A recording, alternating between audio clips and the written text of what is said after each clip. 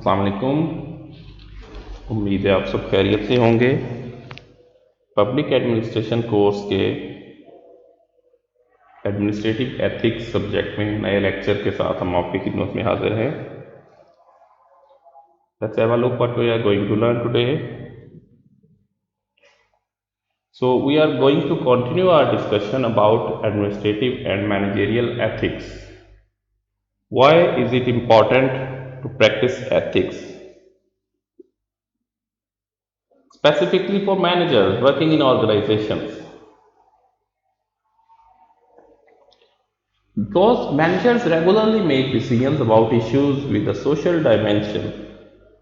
Managers के सामने ये काम होता है, एडमिनिस्ट्रेटर के सामने ये काम होता है कि वो टाइम टू टाइम उन्होंने पब्लिक इंटरेस्ट के डिसीजन टेक करने होते हैं। In competitive environment organisations can not afford to be seen as socially irresponsible. जी, सबसे अहम बात,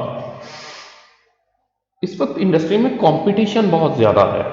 तो जब कंपटीशन बहुत ज़्यादा होता है तो आप कोई भी छोटी से छोटी गलती करने की भी मार्जिन नहीं होता, आपके पास गलती की किसी किस्म की कोई गुंजाइश नहीं होती, क्योंकि अगर आप थोड़ी सी भी गलती करते हैं तो आपके कंपेटिटर्स जो हैं वो आपकी गलती को एक्सप्लॉइट करते हैं, उस गलती को लोगों के सामने लेके आते हैं कि जनाब ये देखें, अगर आप हमारी प्रोडक्ट नहीं खरीदेंगे और दूसरी कंपनी की प्रोडक्ट खरीदेंगे तो देखें वो किस तरह आपके मुआशरे को नुकसान पहुंचा रहे हैं, वो जंगलात का खात्मा कर रहे हैं, वो साफ पानी को नुकसान पहुंचा रहे हैं, उनकी वजह से हवा जो है वो आलूदा हो रही है। तो आप सोशली इररिस्पॉन्सिबल होना अफोर्ड नहीं कर सकते। You have only one and only one option to be socially ethical, morally ethical. आपको रेगुलेशंस, रूल्स एंड रेगुलेशंस को भी फॉलो करना है और उसके साथ साथ कोड ऑफ एथिक्स को भी फॉलो करना है। सोशल रिस्पॉन्सिबिलिटी को आप किस तरह डिमॉन्स्ट्रेट कर सकते हैं, किस तरह लोगों को दिखा सकते हैं? फर्स्ट ऑफ ऑल आपको दिखाना होगा कि वी आर सोशली रिस्पॉन्सिबल, हम सोसाइटी को जवाबदेह है। जिस सोसाइटी से हम प्रॉफिट कमा रहे हैं हम उस सोसाइटी को भी जवाबदेह हैं। हम गवर्नमेंट को तो जवाबदेह हैं ऑफ कोर्स, लेकिन उस सोसाइटी को भी जवाबदेह हैं। किस तरह ये चीज़ आप बता सकते हैं? आपने देखा शहर में एक सेलुलर कंपनी का ऑफिस था, टेलीनॉर का बिजनेस सेंटर था काफ़ी बड़ा, तो उसके बिल्कुल साथ एक पार्क था, वो बड़ा उजड़ा हुआ ख़राब हालत में था। तो टेलीनॉर ने उसको एक कॉर्पोरेट सोशल रिस्पॉन्सिबिलिटी के एम के तौर पे लिया और उस पार्क की रिनोवेशन कराई, उस पार्क को बहाल कराया, उसके अंदर बेंचेस बाकी सारी फैसिलिटीज़ दी और उसके साथ अपनी ब्रांडिंग भी कुछ उसके अंदर की। तो उससे लोगों के अंदर ये इमेज गया कि जनाब ये एक बड़ी सोशली रिस्पॉन्सिबल ऑर्गेनाइजेशन है, इन्होंने आवाम की फलाह बहबूद के लिए भी कुछ किया है। सोशल ऑब्लिगेशन, आप लोगों को जवाबदेह होते हैं कि जनाब आपके इस एक्ट से ओवरऑल लोगों को कितना फ़ायदा या कितना नुकसान हो रहा है, इस बारे में हमें जवाब दिया जाए। और फिर सोशल रिस्पॉन्सिवनेस, आप लोगों के सामने खुद को रिस्पॉन्सिबल करार देते हैं कि अगर हमारे किसी भी एक्ट से आपको ये चीज़ फील हो रही है कि सोसाइटी का नुकसान हो रहा है, सोसाइटी में माहौलियात में कोई प्रॉब्लम्स आ रहे हैं या सोसाइटी में लोगों की सेहत को कुछ नुकसान हो रहा है, तो हम इस सिलसिले में आपके सामने जवाबदेह हैं। आप इस मामले को हमारे सामने उठा सकते हैं और हम इसको सीरियसली रिस्पॉन्स करेंगे। तो इन चीज़ों के ज़रिए हम लोगों को ये चीज़ बावर कराते हैं कि we are responsible to you. तो क्या सोशल रिस्पॉन्सिबिलिटी और इकोनॉमिक परफॉर्मेंस के दरमियान कोई लिंक है? सोशल रिस्पॉन्सिबिलिटी क्या है और इकोनॉमिक परफॉर्मेंस क्या है, हम वन बाय वन पहले डिस्कस कर लेते हैं। सोशल रिस्पॉन्सिबिलिटी जैसे हमने अभी डिस्कस किया कि आप लोगों के सामने जवाबदेह होते हैं, जिस सोसाइटी के अंदर आप ऑपरेट कर रहे होते हैं आप ऑफ कोर्स उस सोसाइटी को भी जवाबदेह होते हैं। और इकोनॉमिक परफॉर्मेंस क्या है कि how well you are working, आप कितना प्रॉफिट जनरेट कर रहे हैं, आपका इदारा कितना तरक्की कर रहा है। तो क्या ख्याल है, इन दोनों के दरमियान कोई लिंक है? Research studies told us that there is a positive relationship. Positive relation क्या होता है? If one goes up other also goes up and if one goes down other must also go down. तो that means कि जब हम socially responsible ज़्यादा होते हैं तो हमारी इकोनॉमिक परफॉर्मेंस भी ज़्यादा हो जाती है, और जब हम सोशल रिस्पॉन्सिबिलिटी के बारे में ज़्यादा केयर नहीं करते तो हमारी इकोनॉमिक परफॉर्मेंस या हमारे प्रॉफिट जो हैं वो भी कम हो जाते हैं। क्यों?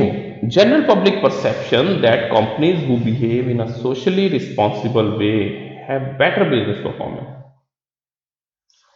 आम एक कॉमन परसेप्शन भी ये है कि जो लोग सोशली रिस्पॉन्सिबल हैं या सोसाइटी को जवाबदेह हैं या अच्छी प्रैक्टिसेस, गुड मॉरल प्रैक्टिसेस पे अमल कर रहे होते हैं, उनकी बिजनेस परफॉर्मेंस बेहतर होती है।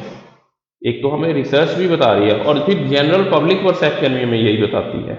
लोगों का आम तज्जिया जो है वो भी हमें यही बताता है कि yes it is managers becoming more socially responsible.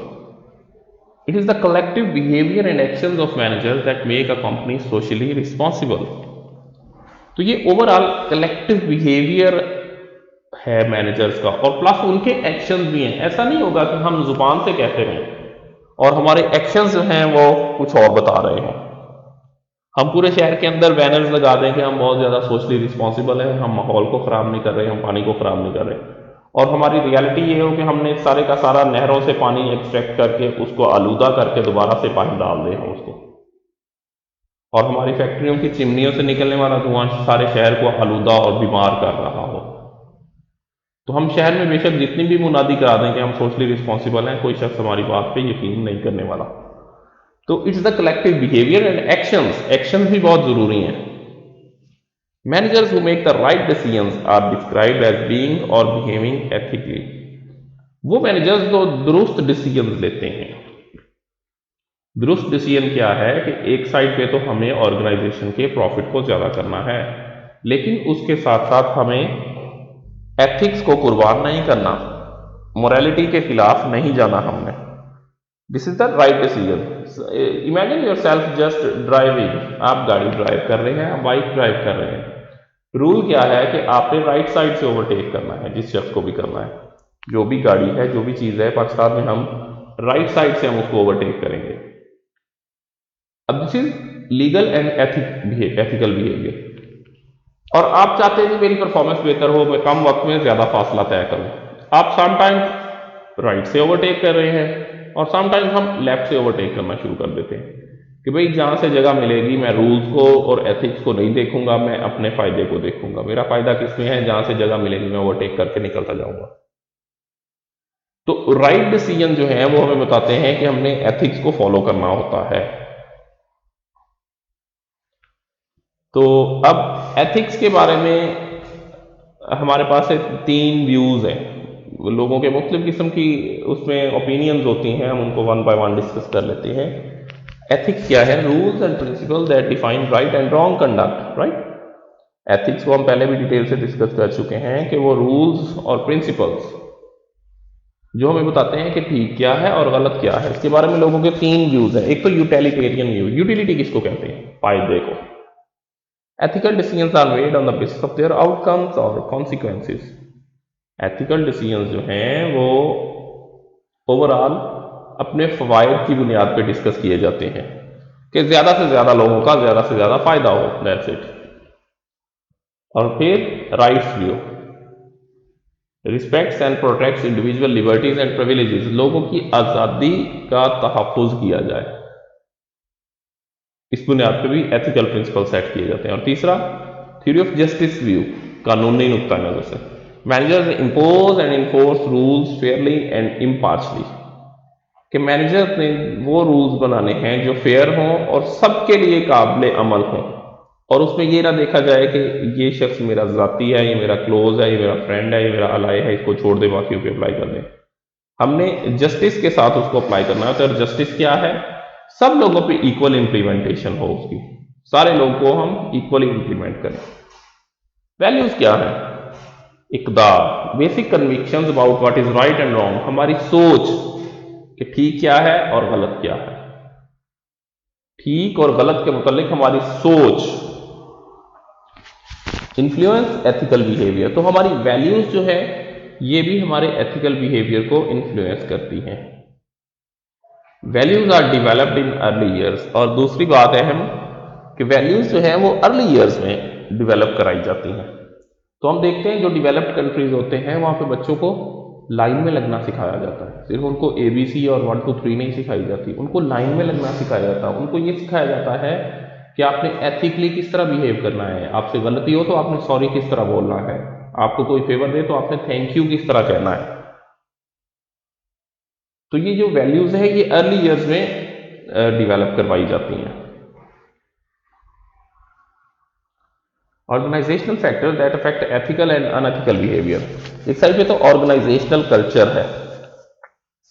Of course organisational culture जो है वो एथिकल और अनएथिकल बिहेवियर को अफेक्ट करता है। फिर दूसरा स्ट्रक्चरल वेरिएबल। स्ट्रक्चरल वेरिएबल क्या, हम जिस सोसाइटी में रह रहे हैं, हमारी जाति पसंद नापसंद और बाकी बहुत सारी चीजें, तो ये भी हमारे एथिकल और अनएथिकल बिहेवियर को अफेक्ट करती हैं। मैनेजर्स इंप्रूविंग एथिकल बिहेवियर, एक शख्स, एक मैनेजर जिसने एथिकल बिहेवियर को इंप्रूव करवाना हो तो वो कैसे करा सकता है। Here are some very easy guidelines. Hire individuals with high ethical standards. उन लोगों को हायर किया जाए जिनके एथिकल स्टैंडर्ड्स बहुत हाई हैं। हम देखेंगे जनाब ये शख्स आया है तो इसने गाड़ी पार्किंग में खड़ी की है, इसने लाइन को फॉलो किया है,